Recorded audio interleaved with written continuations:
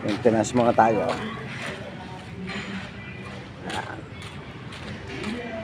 Balik tayo ng hose, diesel hose. May tangke. Para sakto. Ating labi. Balik na tayo. Hose ng ating diesel pump. Crudo sa kumpanya. Palta natin.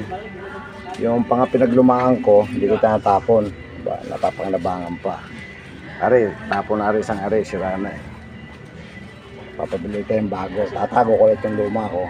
Itong luma ko, ito may silan to. Mga 30 meter. Mga kuha na to. 20 feet. Maiksi. Kailangan abot doon sa bitang yung kasada. Mahaba. Okay. O, ikot aray. Hose na ito, ikot, pabliktad. Ating higpitan. Yo. Ikot din ang hose na yan. Kailangan ikot din. Okay. Walang nangyari. Thank you.